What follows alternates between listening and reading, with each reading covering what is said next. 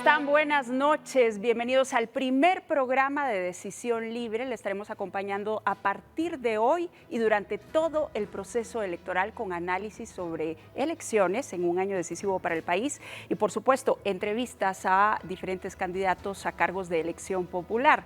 Me acompaña el día de hoy el periodista Otto Ángel. Buenas noches, Otto. Hola, Alejandra. Un gusto saludarte y saludar a toda la audiencia de Guatevisión. Volvemos a hablar de política, volvemos a traerle entrevistas, volvemos a traerle los enfoques que el país necesita para conocer pues, lo más importante de este proceso electoral y lo que pues, muchos guatemaltecos ya están comentando sobre la coyuntura nacional. Así es, Otto, y muy importante, queremos extenderle la cordial invitación para que desde este momento utilice el hashtag Decisión Libre 2023 y nos envíe sus comentarios acerca del programa y, por supuesto, sus impresiones sobre el evento electoral.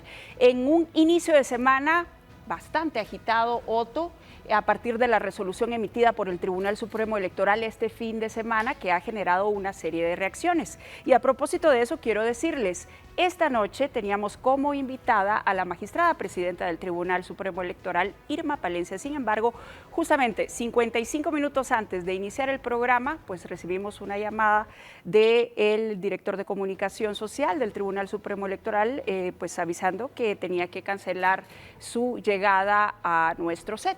Y hay que entender que esto ocurre en un contexto en particular, ¿verdad? Desde el sábado han habido muchísimos comentarios tras conocerse que 3 magistrados del Tribunal Supremo Electoral aceptaron que Manuel Valdizón, condenado en Estados Unidos, pudiese correr y que hay un proceso judicial en su contra en el país, pudiese correr como candidato a diputado por lista nacional en la casilla 1 de parte del Partido Cambio. Esto ha generado muchísimas expresiones en contra, lo hemos visto en Noticiero Guatevisión, muchas reacciones, incluso organizaciones como el sector privado organizado han llamado al Tribunal Supremo Electoral para que se respeten los conceptos generales de idoneidad. Esa era una de las grandes preguntas que le íbamos a hacer a la magistrada presidenta Irma Palencia sobre este tema. Nos habían confirmado ya en varias ocasiones, así que nos parece importante recordarle a las autoridades del Tribunal Supremo Electoral que el espacio está aquí, Decisión Libre 2023, donde queremos hablar de manera abierta, pero también directa, sobre este y otros temas. Así es, hemos extendido nuevamente la invitación a la magistrada presidenta del Tribunal Supremo Electoral para que nos acompañe en uno de los programas que estaremos difundiendo a partir del día de hoy. Es importante mencionar también que invitamos a otro integrante del Tribunal Supremo Electoral, sin embargo, se nos dijo que no era posible. No así la directora electoral del Tribunal Supremo Electoral, Gloria López, con quien estaremos conversando más adelante. Sin embargo, es importante y queremos poner sobre la mesa en este momento varios temas que nos parece de gran interés y, repito, de gran importancia que queríamos ventilar junto a la magistrada presidenta del Tribunal Supremo Electoral. Ya lo mencionó Otto, la resolución cuestionada de este fin de semana que deja muchas dudas y no solo eso, que generó una serie de pronunciamientos en las últimas horas. Sin duda son preguntas que vamos a tener que hacer en su momento, pero ahora vamos a tener que hacerlas con distintos actores. Aquí en Decisión Libre 2023 queremos tener a los protagonistas, a las personas que figuran en la vida política nacional y las personas que pueden hacer un análisis y una lectura mucho más profunda de lo que está pasando en el país. Y por eso tenemos a la ex magistrada del Tribunal Supremo Electoral, Anaely López, a quien le damos la bienvenida y le agradecemos poder atendernos pues varias preguntas sobre cómo debería ser el manejo y los criterios generales sobre la selección de candidatos. Buenas noches, magistrada o ex magistrada licenciada Anaely López. Buenas noches, mucho gusto. Buenas noches a la audiencia y espero poder colaborar con todos para que podamos tener un poquito más claro el panorama político a pesar de lo nebuloso que se nos presenta en este momento. Así buenas noches. Gracias, licenciada Anaely López. La primera pregunta sería, como ex magistrada suplente del Tribunal Supremo Electoral, ¿qué opinión le merece y qué observa de la resolución emitida este fin de semana que ha llamado tanto la atención? Bueno, la verdad resulta indignante. Indignante porque ya el registro había dicho de alguna manera que no, con sus razones bien fundamentadas en el sentido de vamos a aplicar el 113. El 113 habla de idoneidad y reconocida honorabilidad. No sé por qué el tribunal ha mantenido el criterio, por primera vez, por cierto, que si un delito se cometió fuera del país y si fue condenado con una sentencia fuera del país, pues entonces aquí es como si no hubiera pasado. Yo creo que las personas llevan dentro de su estado civil esa calidad de exconvicto o sujeto a proceso. Licenciada López, ¿a qué le abre la puerta esta resolución? ¿Qué repercusiones puede tener en materia de aceptación de candidaturas? Terrible, porque todas las personas que tengan procesos abiertos van a poder correr porque no hay problema. El tribunal maneja el criterio de solo si hay sentencia, porque si no violo el principio de inocencia, o si fue en el exterior, pues no lo aplico porque no fue en Guatemala. Criterios que no concuerdan en nada con lo que el artículo 113 constitucional estipula, es decir, la reconocida honorabilidad y la idoneidad son temas que deben calificarse, y no es idónea una persona que fue confeso, condenado y cumplió la pena, pero fue confeso, es decir, por lavado de dinero para campañas electorales. Entonces yo creo que el tema es bien serio. Licenciada Alejandra, antes de que sigamos hay que decir que también hicimos una invitación al doctor Manuel Valdizón para que se pudiera expresar por un tema de balance y equilibrio periodístico. Hasta este momento no hemos tenido ninguna respuesta, pero quería hacer esa pequeña pausa para que pudiéramos aportar más en esta discusión, Alejandra. Así es. Licenciada Anaeli López, ¿qué opinión le merecen los votos razonados en contra de esta resolución? Pues a mí me parece lógico, es decir, si ya el registro, que debiera ser independiente, dijo no, los magistrados debieran apoyar ese criterio, salvo que fuera una cosa en contra de la Constitución o algo totalmente ilegal. Pero aquí es al contrario, los votos razonados tienen toda la razón, es decir, tienen el aval moral y el respeto a la Constitución en la aplicación del 113. Creo que debe respetarse el hecho de que se haya razonado el voto. Me imagino que lo discutieron en su momento, sin embargo, pues la mayoría ganó, ¿verdad? Desafortunadamente, y ahora tenemos que hay que seguir el proceso, pero el proceso no hay quien lo siga, porque lo tiene que seguir otro partido político por el hecho de que solo ellos tienen la legitimación activa, ¿verdad? Licenciada, hay una crítica que ya venía de antes sobre el Tribunal Supremo Electoral actual, de que había un doble rasero, un doble estándar sobre a quién aceptar y a quién no aceptar. Hoy se acentúa todavía más. Desafortunadamente sí. Ahora, en ese sentido, licenciada Anaeli López, ¿cómo tendría que proceder el Tribunal Supremo Electoral ante los cuestionamientos, o qué le queda en todo caso? El problema acá es que el tribunal ya emitió su resolución, ¿verdad? Y ellos no se van a echar para atrás. O sea, se necesita que alguien de las personas que tiene legitimación activa, como son los partidos políticos, las organizaciones políticas que están participando, que son los que realmente pueden impugnar, que lo hicieran. Si ellos impugnan ante la Corte Suprema de Justicia, pues esto podría caminar y eventualmente revertirse la resolución, porque no creo que el tribunal lo haga de oficio. Y a propósito de eso, en tan solo unos minutos tenemos a algunos de los miembros de partidos políticos que tienen esa capacidad de legitimación activa. De hecho, para que presentaron algunos recursos, por cierto. Exactamente. Licenciada, ¿cuáles son sus conclusiones en este caso? ¿Qué es lo que le espera al Tribunal Supremo Electoral, dadas las condiciones y estas controversias? Estas controversias han dado demasiado que decir y han puesto al tribunal en duda. Y el problema es que celebrar una elección general, una elección de la magnitud de esta, con un tribunal con dudas, deteriora la democracia, erosiona la democracia de forma realmente grave, porque hay discrecionalidad, hay abuso de poder, si así se quiere, es decir, nosotros no queremos y aunque el registro de ciudadanos diga que sí, nosotros vamos a decir que no. Yo creo que debe haber unificación de criterio, pero lo más importante, medir con la misma vara a todos los ciudadanos, que no exista esa discriminación, que no exista esos privilegios dentro del tribunal y que las personas puedan participar libremente y que se pueda excluir a las personas que no cuentan con la idoneidad que exige el 113 de la Constitución. Yo tengo una pregunta más, licenciada Anaeli López, antes de concluir, y es, usted que estuvo adentro del Tribunal Supremo Electoral, ¿a qué atribuye esta marcada diferencia de criterios que tanto ha llamado la atención en estas resoluciones? Esa, de hecho, era una de las preguntas que queríamos plantearle esta noche a la magistrada presidenta del Tribunal Supremo Electoral. Sí, lamentablemente cuando un tribunal no es 100% independiente y tiene un discurso incongruente, es decir, un discurso muy bonito, pero que no coincide con los hechos, se vuelve muy, muy difícil. Al interno del tribunal usted no tiene idea lo que se sufre,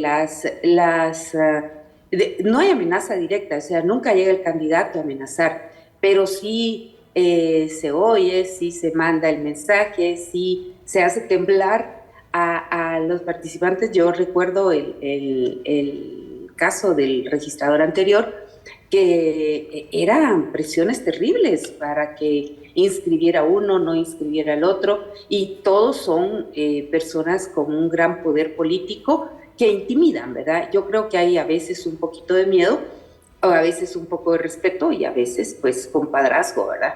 Porque aparentemente el señor registrador actuó conforme a derecho.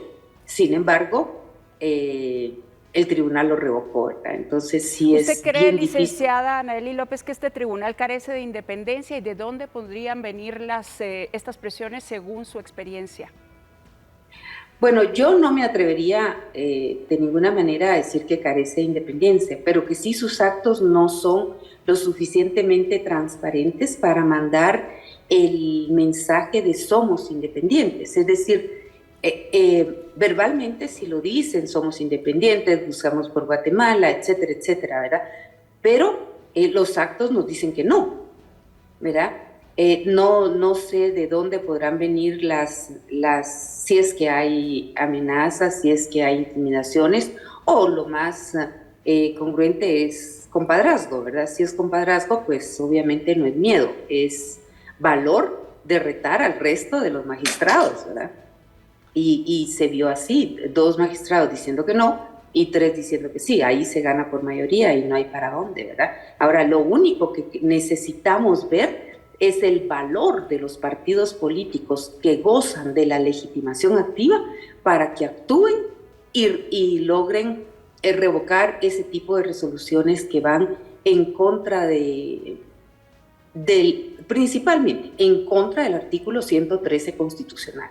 Y eso es lo que ellos tienen que, los magistrados del Tribunal Supremo Electoral, velar porque haya congruencia en la aplicación de ese artículo, que es difícil porque pues la reconocida honorabilidad, todos sabemos que son los demás los que me la reconocen y sin embargo ellos creen que son ellos los que lo dicen a través de no tengo ningún señalamiento, ¿verdad? Pero esta persona tiene varios señalamientos locales y ese grandote, yo diría grandote, uno de soy, confeso, me condenan y pago la condena y fue por lavado de dinero en un evento electoral.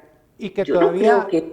Perdón, y que todavía falta dilucidar un proceso aquí. Licenciada López, le agradecemos su participación, esta primera participación en las entrevistas de Decisión Libre 2023. Así es, en este momento, gracias licenciada.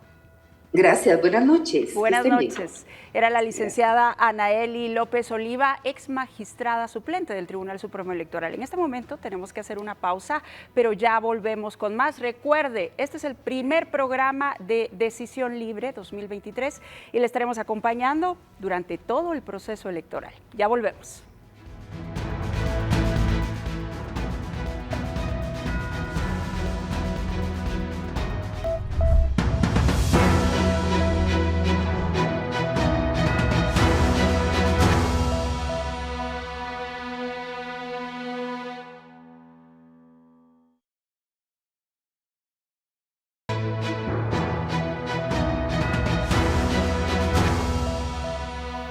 Gracias por su sintonía. Estamos de regreso en el primer programa de Decisión Libre 2023. Para quienes recién nos sintonizan, les habíamos contado que habíamos extendido la invitación a la magistrada presidenta del Tribunal Supremo Electoral, Irma Palencia, para conocer pues, sus explicaciones acerca de la resolución que se dio este fin de semana, que ha sido cuestionada por diferentes organizaciones y partidos políticos, pero también el avance del proceso electoral.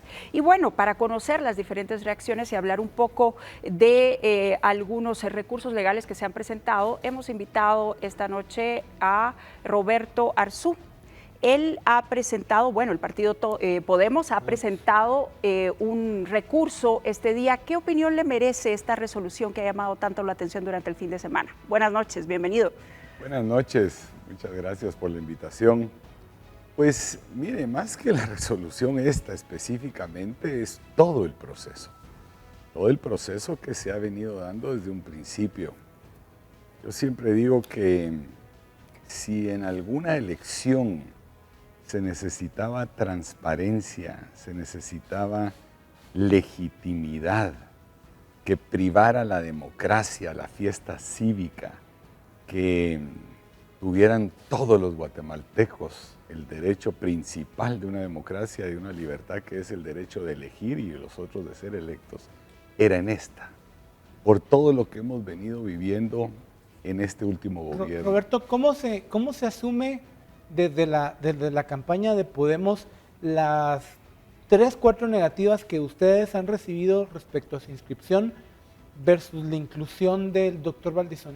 Bueno, a eso iba. Exactamente, por eso es que en esta se necesitaba más que nunca. Ahora, el tema de lo de nuestra inscripción, bueno, esto estamos claros que no es un tema legal, es un tema político. Es un tema político a dedo, ¿verdad? Los argumentos que ha utilizado el Tribunal Supremo Electoral, el registrador, son totalmente absurdos, ilegales, inconstitucionales e inmorales. Esa es la realidad. Por ende, nosotros hemos ido a la defensa, somos personas que creemos en la ley absolutamente, pero que vemos también en el momento que hay que defenderla y defenderse ante ese tema, hay que hacerlo. Y obviamente ahorita vemos que no hay una igualdad, que hay una discrecionalidad y también una forma selectiva de querer dar a quienes sí, a quienes no, la oportunidad de poder poner su nombre en una papeleta, que es algo que priva, como digo, de los principios esenciales de la libertad y la democracia.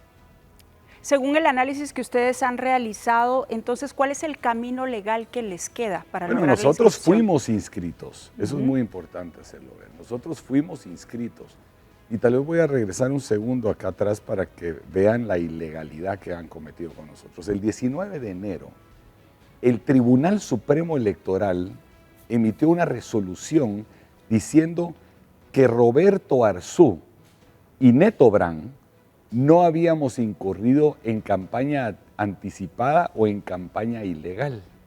El 20 de enero se abre la convocatoria a elecciones y la ley es muy clara en donde dice que después de la convocatoria a elecciones solo pueden existir multas, ya no pueden existir, a partidos políticos ya no pueden haber desinscripciones. El 24 de enero nos inscribimos y nos inscribieron por la orden de esa resolución al registrador diciéndoles ellos no tienen ningún impedimento, inscríbalos.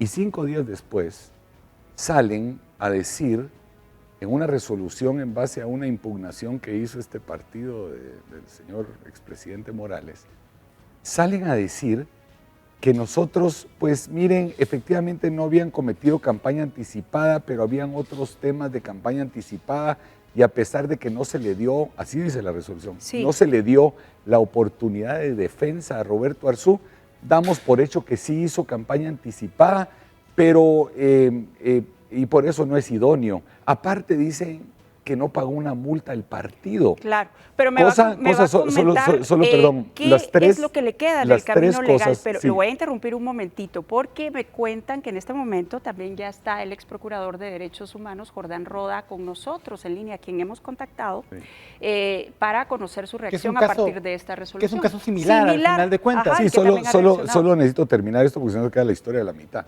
Solo es importante esto, y perdón, que es, emiten un fallo de primero una multa que dicen que no se paga, que se pagó 5 días antes, después de que dicen que no se pagó. Falso. 2, idoneidad.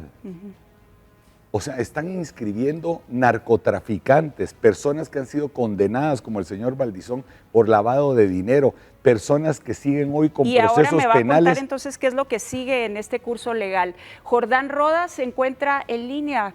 ¿Cómo está, licenciado Rodas? Hola, gusto de saludarles. Buenas noches. Pues, buenas noches, bienvenido a Decisión Libre. Muy amable, pues. Buenas noches.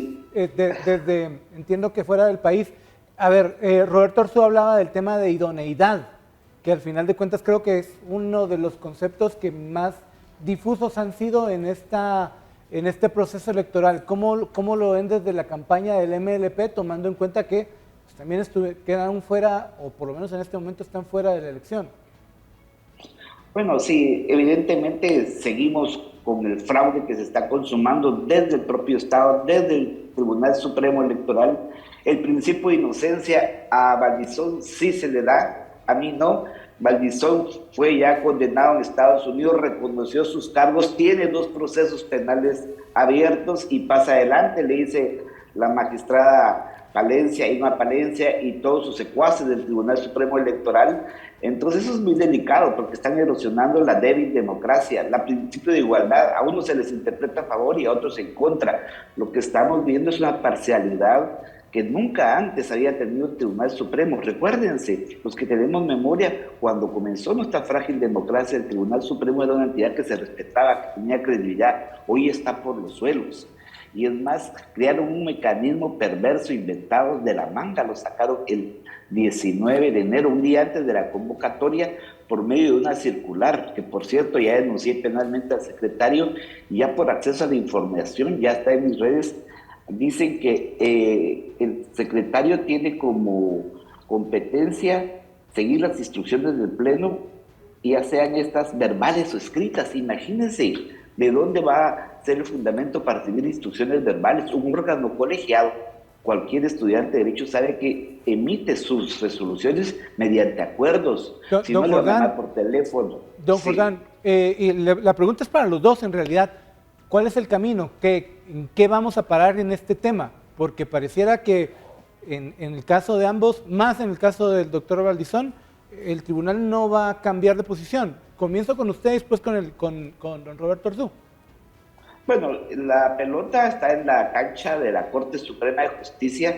Estos 13 magistrados que van a dictar sentencia porque no han resuelto el fondo de nuestro amparo, tienen que decidir de qué lado de la historia van a estar, del lado del fraude, del lado oscuro, o del lado de la democracia, donde dejen que los ciudadanos elijan en las urnas y no mediante huizachadas torpedeen una candidatura del binomio de Telma Cabrera y Jordán Rodas. ¿Por qué? No por cosas legales, por pretextos, sino por asuntos políticos. Nos temen porque saben que si como MLP participamos, fácilmente estaremos en la segunda vuelta y vamos a ganar. ¿Por qué? Porque la gente está harta de la corrupción y el único partido que realmente es coherente con eso y que tiene dignidad es MLP.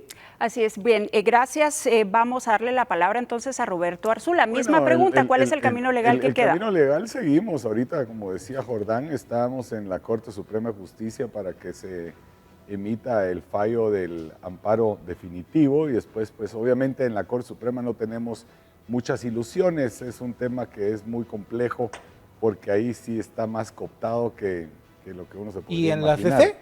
La CC tenemos fe.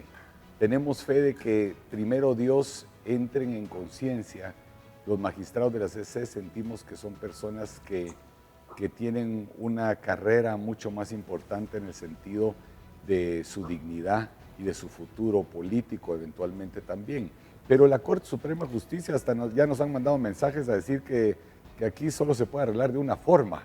ya sabemos cuáles todas. ¿Le han pedido soborno en la Corte Suprema de Justicia? Bueno, al punto que nos mandan mensajeros, han llegado a decir, mira, aquí solo con dinero. Y así lo hablamos. ¿Le han pedido cantidades exactas? No nos han dicho cantidades exactas, pero no, es más, les decimos, miren, aquí no tenemos ni para la gira. Y nosotros no tenemos pisto y no lo daríamos. ¿Desde cuándo? Jamás lo daríamos. Más que los mensajeros y la denuncia penal. Bueno, es que al final esta gente lamentablemente tiene pánico, tiene miedo, la gente todo el tiempo tienen miedo de poder ser perseguidos. Es que aquí lo que estamos viviendo es una persecución. No ha habido una persona, que haya salido a meter las denuncias penales en el tema de vacunas. Yo lo hice. Denuncias penales contra el tema de las vacunas, contra el tema del CHN, contra el tema del INDE, de los negocios específicos de corrupción. Nadie se ha atrevido. Y bueno, vemos las consecuencias. Vemos las consecuencias que hoy estamos siendo objeto de persecución, en todo sentido, de amenazas, de consecuencias que quieren hasta atentar contra la vida de nosotros. Pero el punto aquí es más importante, es el siguiente.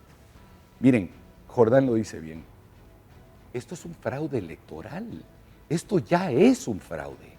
Aquí no puede haber legitimidad de este proceso electoral cuando descalifican a 2 candidatos simplemente porque se les da la gana, porque no son parte de su sistema, porque no son parte de ese sistema que tiene hoy cooptado todo, Cortes, Tribunal Supremo Electoral, Ministerio Público, etcétera. Entonces, Roberto hoy, Arzú, tengo que interrumpirlo porque es momento de hacer una pausa. No, sigamos. Sí, pero... Me toca. Y vamos a hacer la pausa y vamos a tener unos segundos al volver de ella porque tenemos que seguir con el programa y pues les agradecemos a ambos por haber contestado y a usted por haber venido a nuestro estudio. A usted le invitamos a que mantenga la sintonía y que se comunique con nosotros utilizando el hashtag Decisión Libre 2023. Ya volvemos.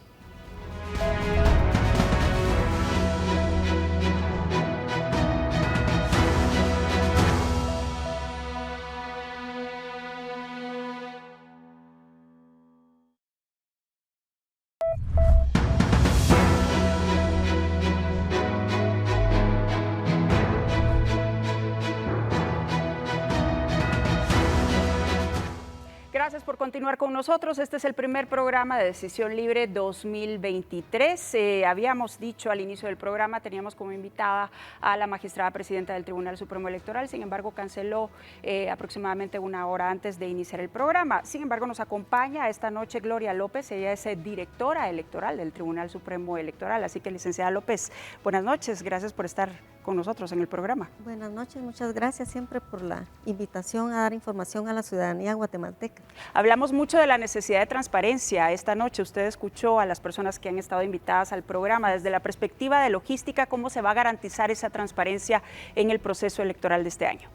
Bueno, en el caso de la organización y la logística, nosotros cumplimos con todo lo que establece la ley electoral y de partidos políticos. En primer lugar, debemos dar seguimiento a las fases que establece el proceso electoral claramente. En este sentido, pues a Dirección Electoral le corresponde toda la preparación de los materiales e insumos electorales que se envían a todas las juntas receptoras de votos que se instalan en la República y también en el extranjero. Y hay un tema muy importante que es la impresión de las papeletas electorales, que tiene que seguir toda la cadena de custodia correspondiente a efecto de que estas papeletas impresas, las legítimas, lleguen a las juntas receptoras de votos. ¿Y cómo van en cronograma, licenciada? Porque ya estamos hablando de, si no la recta final, ya los últimos momentos en los que tienen que tener ya cifras exactas de traslado de papeletas, enseres y este tipo de cosas. Sí, bueno, dentro de lo que establece la ley y el cronograma vamos muy bien. Recordemos que la ley electoral establece 3 fases claramente reguladas, y la primera fase es la fase de inscripción de candidatos, que es la que estamos viviendo en este momento. Posteriormente, pues ya viene la fase de propaganda electoral, y la última fase es el día de las elecciones propiamente dicho. Sin embargo, durante las 3 fases se está preparando y se está organizando el proceso electoral en el tema logístico. Nosotros ya iniciamos con el funcionamiento del Centro de Operaciones del Proceso Electoral. Ya estamos recibiendo insumos, materiales, documentos necesarios para la preparación de esa logística que les mencioné. y en eso estamos.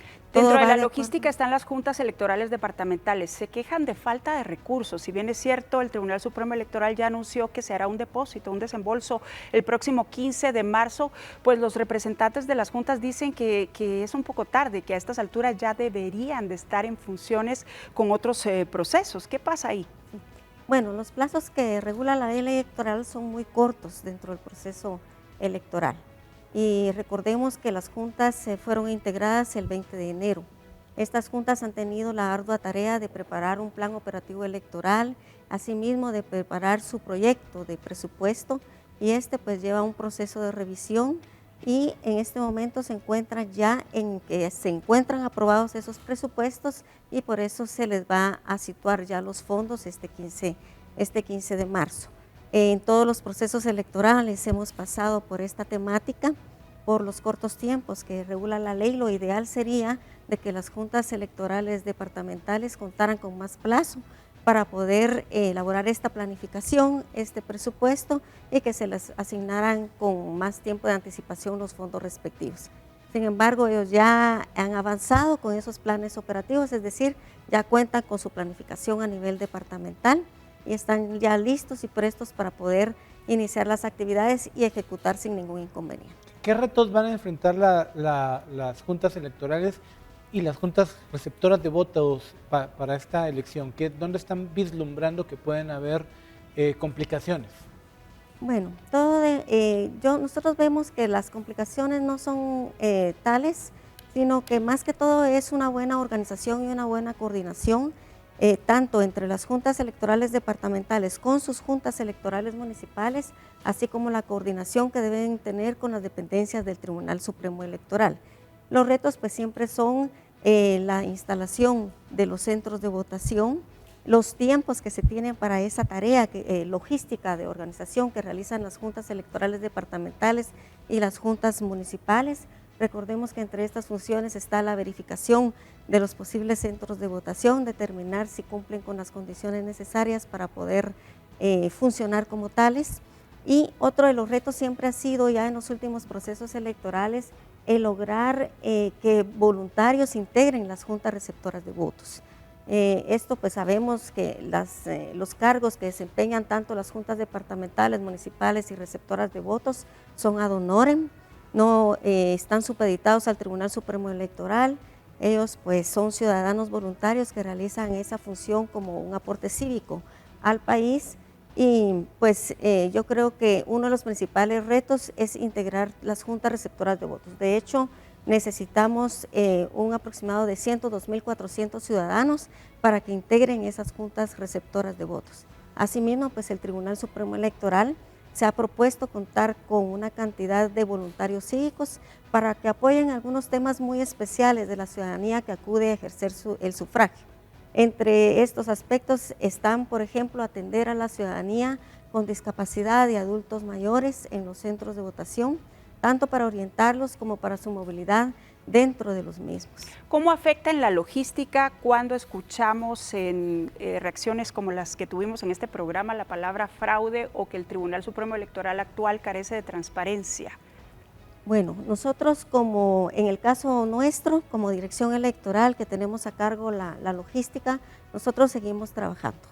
No afecta en este sentido la logística propiamente dicha, a menos que hubiera situaciones externas que en algún momento nos pudieran obstaculizar el traslado del material electoral o del mobiliario electoral o la instalación de centros de votación, pero esperemos que eso no llegue a suceder. Lo que sí les puede complicar es si no hay una definición clara respecto a las papeletas, ¿no? Es decir, llegar a ciertas papeletas, la de presidente, la de diputado, la de alcaldes en particular, que lleguen a unos días a la votación en los que no tenemos claridad de quién va y quién no va. Sí, tiene usted mucha razón en ese tema. Esto pues siempre se ha dado en todos los procesos electorales también, en el que algunas papeletas electorales no pueden ser impresas porque todavía no se han definido totalmente, ya sea las organizaciones políticas que participan y sus candidaturas. De hecho, tuvimos un caso en el 2019 en que a 8 días de las elecciones declararon con lugar un amparo y hubo que repetir la impresión de una papeleta específicamente del Parlamento Centroamericano. Entonces, sí, este tema sí es delicado, es de estarle dando seguimiento, estar atentos de las distintas elecciones en los distritos electorales a nivel nacional y a nivel municipal, cuáles ya tienen completas las candidaturas, que las mismas estén firmes para de esa manera ir imprimiendo las papeletas electorales. Hay otro tema que ha llamado la atención en los últimos días y yo se lo pregunto de la siguiente manera: ¿cómo impacta en la logística los cuestionamientos que se han dado sobre el contrato del sistema de cómputo para ingreso de resultados preliminares? Sí. Bueno, realmente en la logística, les repito, les reitero, en la logística no afecta este tema. La logística, dirección electoral, ve todo el tema de lo que es la papeleta, es decir, el papel, los resultados que van a dar las juntas electorales departamentales al final son los resultados oficiales. No nos ha detenido a nosotros en ningún momento las dudas o los inconvenientes que se han dado con la contratación del sistema de resultados preliminares. ¿Y cómo se le traslada esa certeza al ciudadano? Bueno, le agradezco mucho esta oportunidad. Es importante indicarle a la ciudadanía guatemalteca que lo que se transmite o lo que se publica el día de las elecciones, una vez cerrada la votación, realizado el escrutinio por las juntas receptoras de votos, son resultados preliminares. Los resultados oficiales los dan y los certifican las juntas electorales departamentales. ¿Y cuándo sucede esto? Dentro de los 5 días siguientes al día en que se celebran las elecciones. ¿Y por qué? Porque dentro de esos 5 días, de acuerdo con lo que establece la ley constitucional de la materia, se celebran las respectivas audiencias de revisión de escrutinios. Y como resultado de esa revisión se suscribe el acta de revisión final de escrutinios, así se denomina, y en esa acta es donde constan los resultados oficiales de las elecciones. Es decir, el día de las elecciones se transmiten resultados preliminares, tomando como base un duplicado de esa acta. Sin embargo, las juntas municipales reciben el original de esa acta, con ese documento trabajan y posteriormente lo reciben también las juntas electorales departamentales. Todo esto en presencia de los fiscales. En últimas cuentas, eso significa que siguen siendo los ciudadanos los que siguen contando los votos, así que por lo menos en la parte de conteo, sí, nuestra verificación debería estar del lado de las juntas receptoras de votos, que son nuestros vecinos, nuestros amigos, los maestros de la cuadra y ese tipo de cosas. Sí, ¿no? Exactamente. Realmente nuestro sistema electoral está blindado, así le denomino. ¿Y por qué? Porque son ciudadanos cuidando el voto de los ciudadanos, son ciudadanos certificando los resultados electorales. Sí, en la mecánica del voto, en el escrutinio, en la certificación de los resultados, en la revisión final de los escrutinios, en la audiencia respectiva y en la certificación de los resultados finales a nivel departamental. Ahora, otra pregunta, licenciada López. De 1 a 10, puede ser difícil, ¿verdad? Pero de 1 a 10, tomando en cuenta los diferentes desafíos, ¿qué calificación le daría a la preparación que tiene en este momento el Tribunal Supremo Electoral para asumir el proceso? Bueno, es que autocalificarse es muy difícil. Lo que sí le puedo decir es de que debemos cumplir. El día 25 de junio deben celebrarse las elecciones generales y nosotros pues estamos preparados para hacerlo. Sí, le voy a cambiar la pregunta entonces. Sí, claro. De 1 a 10, ¿qué tan preparados están al día de hoy, si las elecciones fueran esta semana? Bueno, no le diría que de 1 a 10, no le puedo decir si las elecciones fueran esta semana. Estamos preparados porque estamos ahorita en la fase de inscripción de candidatos, pero de acuerdo a la planificación de la logística, yo le digo que estamos en 10.